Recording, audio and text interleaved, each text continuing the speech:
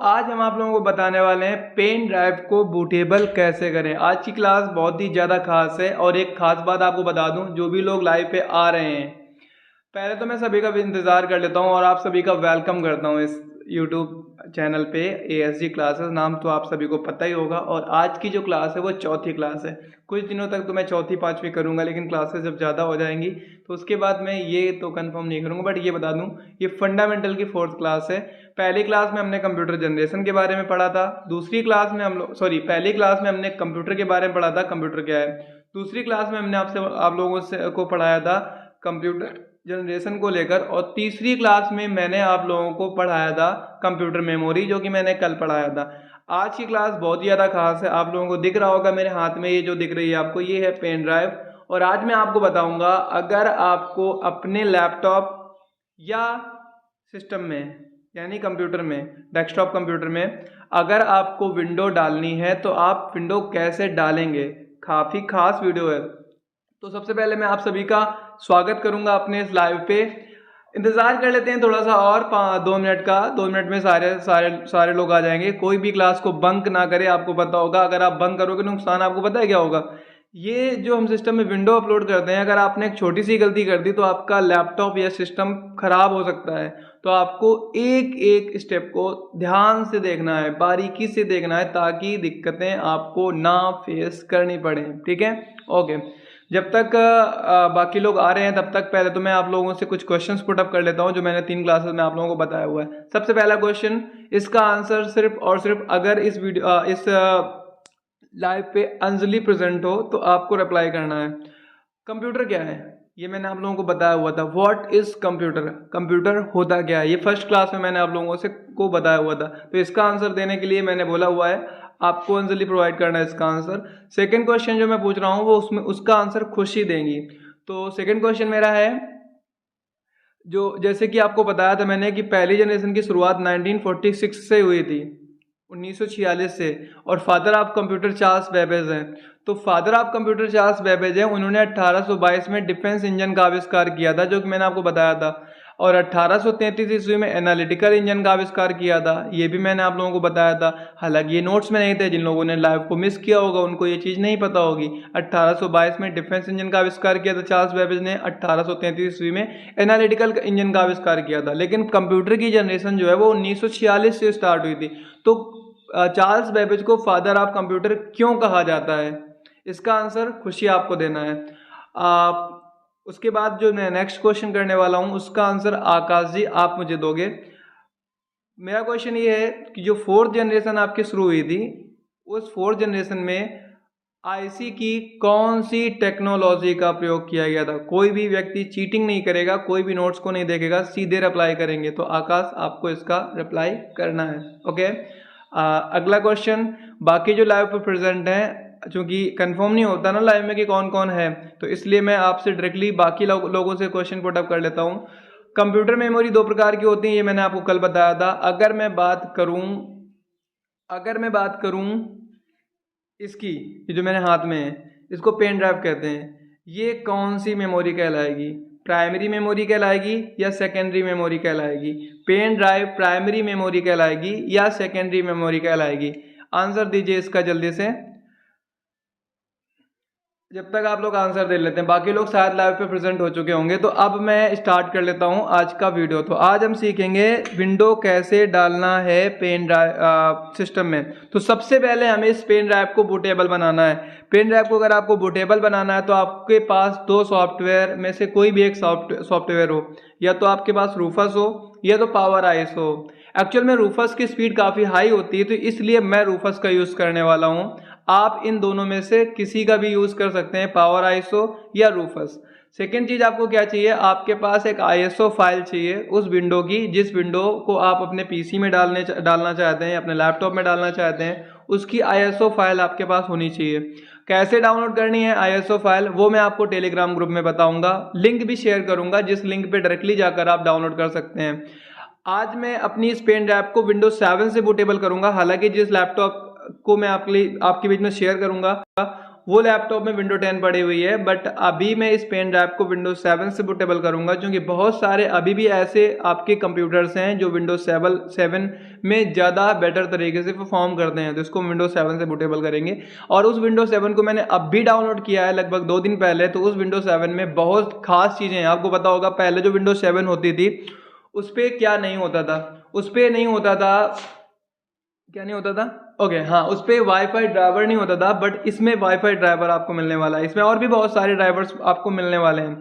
तो हम इस पेन ड्राइव को अपने पीसी में कनेक्ट करेंगे। तो पहले आप लोगों को लेकर चलते हैं लैपटॉप की स्क्रीन पर, और लैपटॉप के स्क्रीन पर आप लोगों को लेने के बाद आपको मैं बताऊंगा कि कैसे क्या करना। ध्यान से देखिएगा एक एक स्टेप से। पहले मैं इसको लगा लेता हूँ अपने लैपटॉप पे। तो आप लोगों के बीच में लैपटॉप की स्क्रीन शेयर हो चुकी है, इसको मैं लगा देता हूँ अपने लैपटॉप पर। ये मैंने लैपटॉप पे लगा दी है, आपके बीच में मैं दिखा भी देता हूँ। तो ये मैंने खोला हुआ है अपना, आप देख सकते हैं कि यहाँ पर मैंने अपना लैपटॉप खोला हुआ है, और ये मैं ओपन करता हूँ दिस पीसी।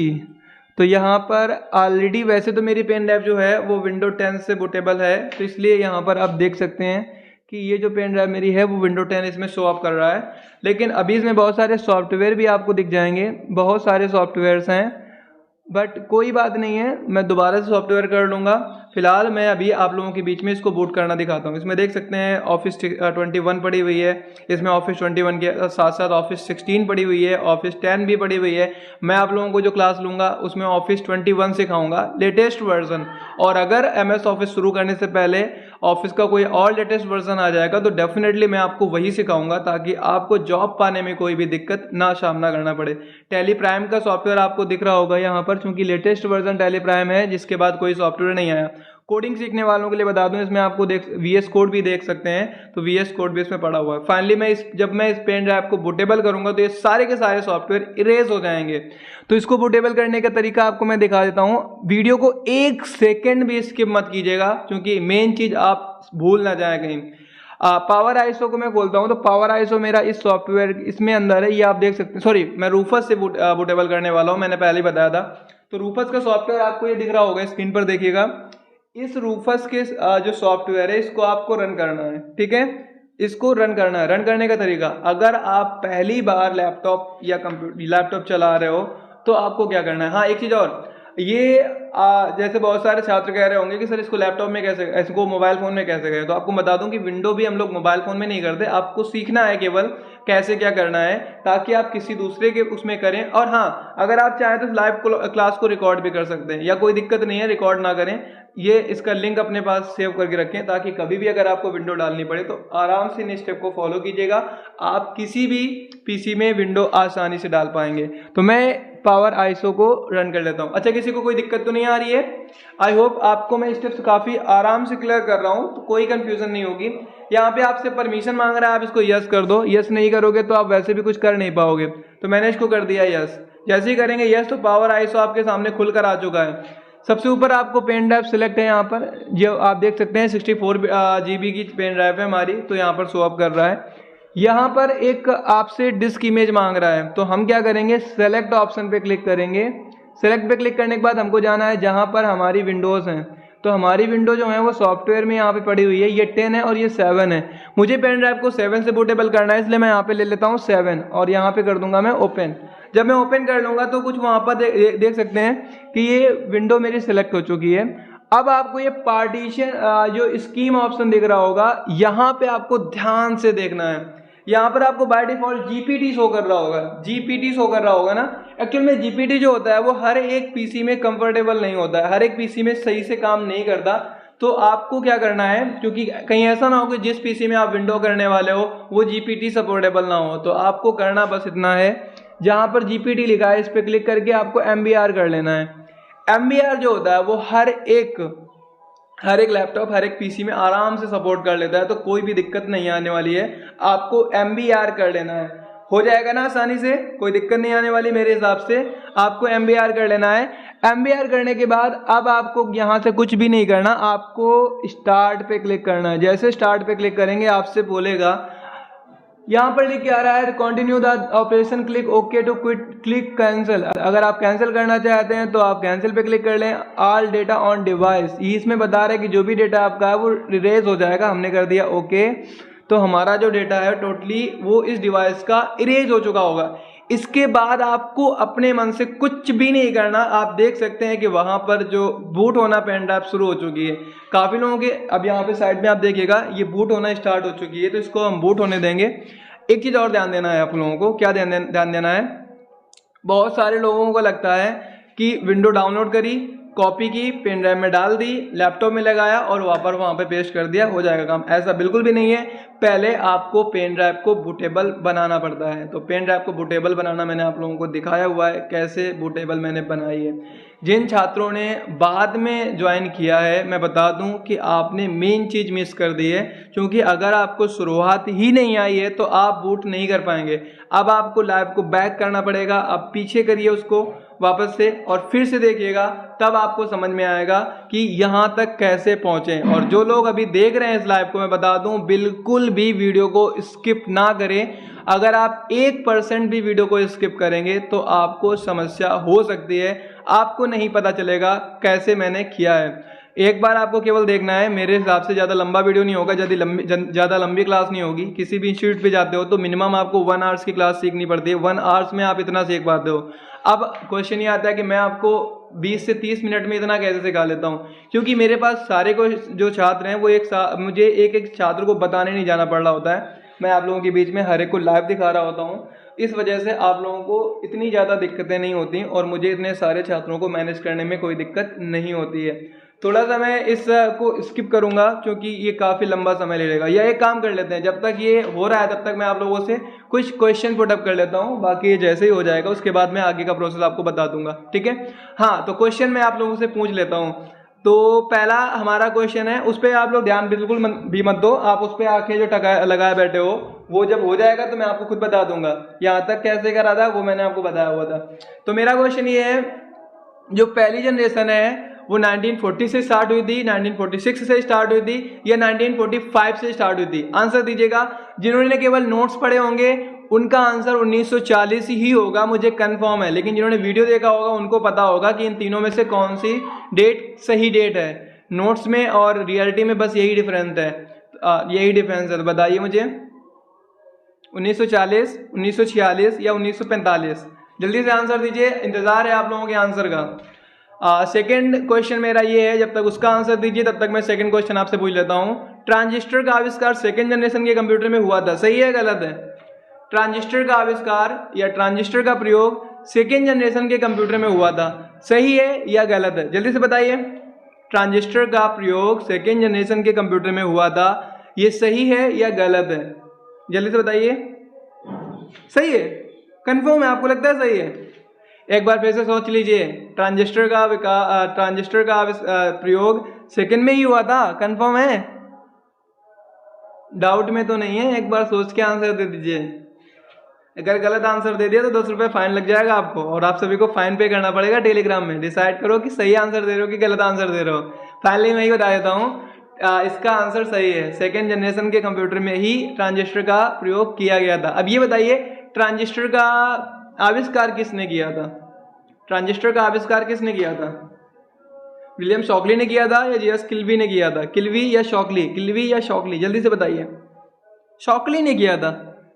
क्या बात कर रहे हो, सही से पढ़ा नहीं है आप लोगों ने। एक बार फिर से सोचो, शॉकली या किल्वी?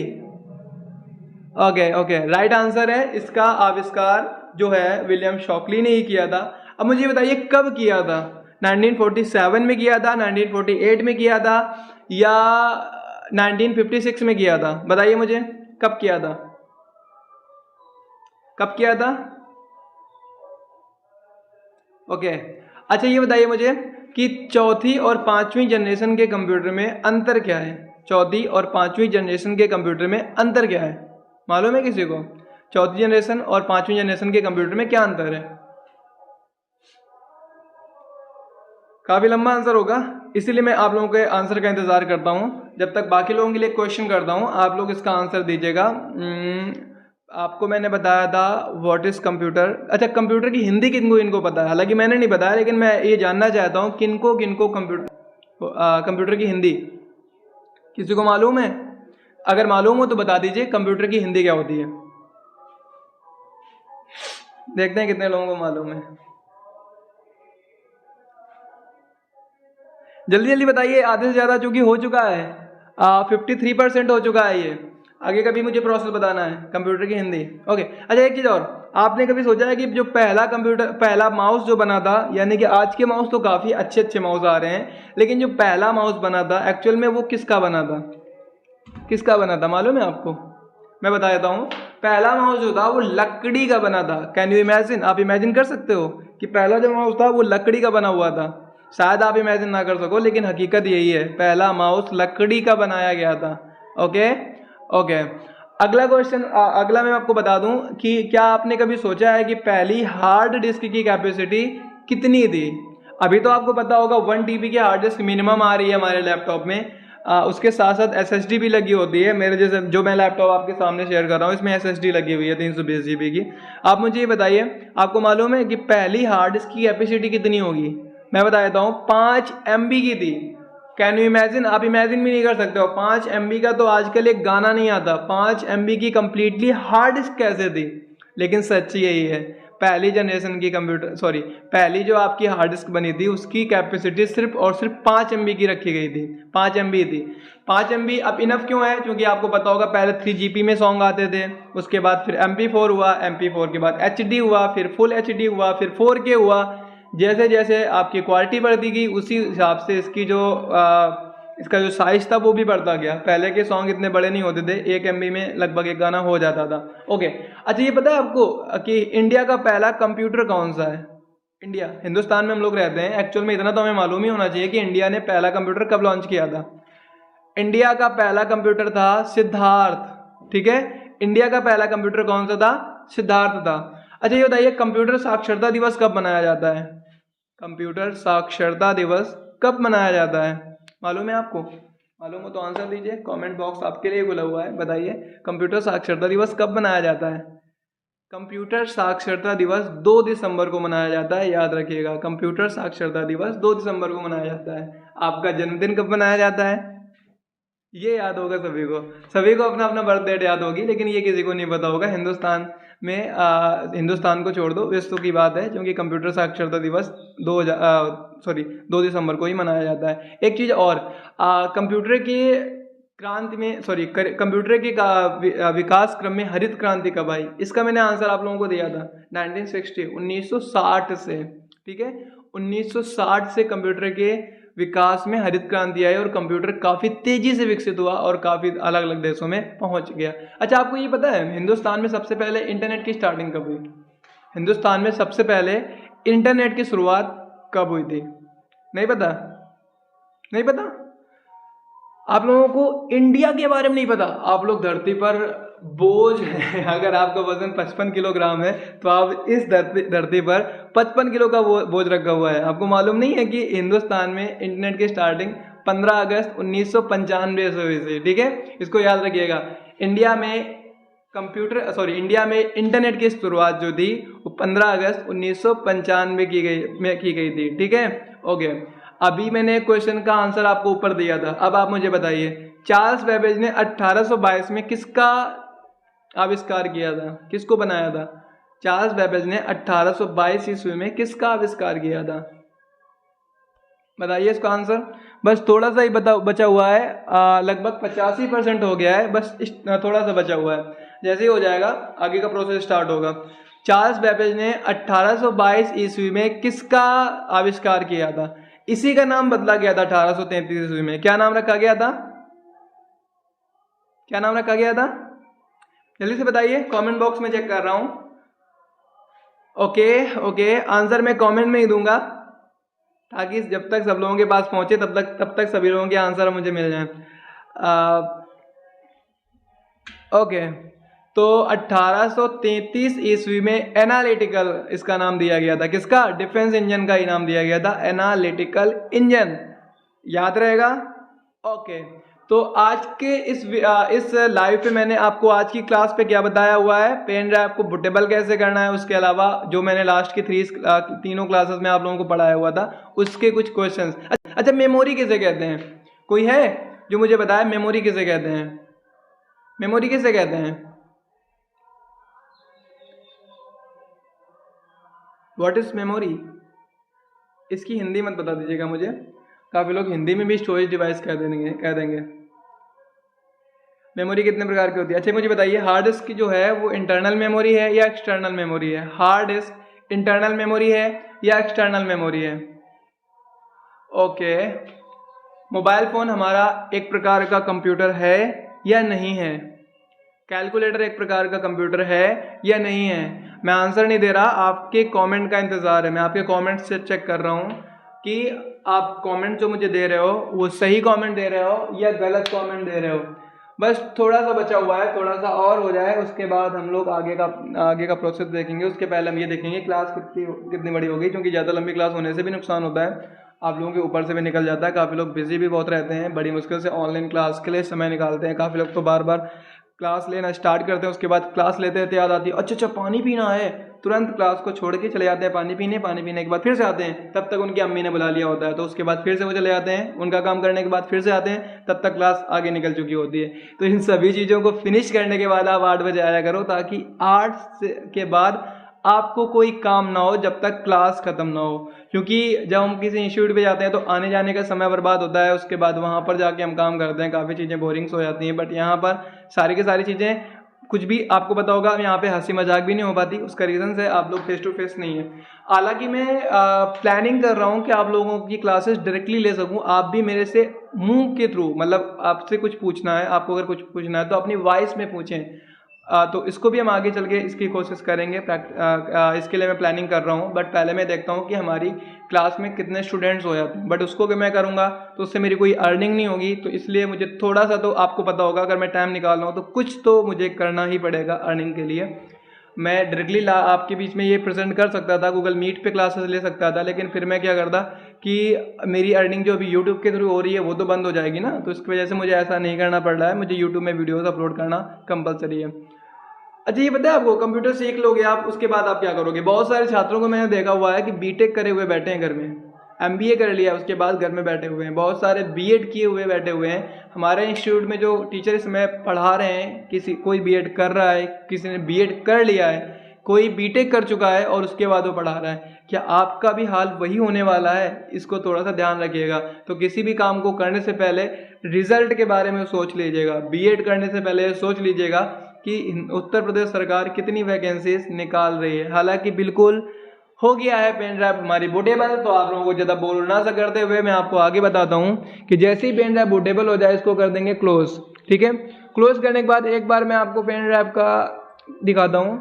तो आप देख सकते हैं अब यहाँ पर विंडोज 7 64 बिट लिखा है। हाँ एक चीज़ और मैं आपको छोटी सी बता दूँ सिस्टम में विंडो डालने से पहले कि 64 बिट और 32 बिट उसको भी ध्यान रखना होगा। अभी जो आपके लेटेस्ट सॉफ्टवेयर जितने भी बन रहे हैं मैक्सिमम सॉफ्टवेयर 64 बिट सपोर्टेबल हैं। तो जब भी आप विंडो को डाउनलोड करें तो 64 बिट की विंडो ही डाउनलोड करें। 64 बिट की विंडो जो आपकी होगी उसमें हम 64 बिट के सारे एप्लीकेशंस इंस्टॉल कर पाएंगे। तो ये आपको थोड़ा सा ध्यान रखना होगा।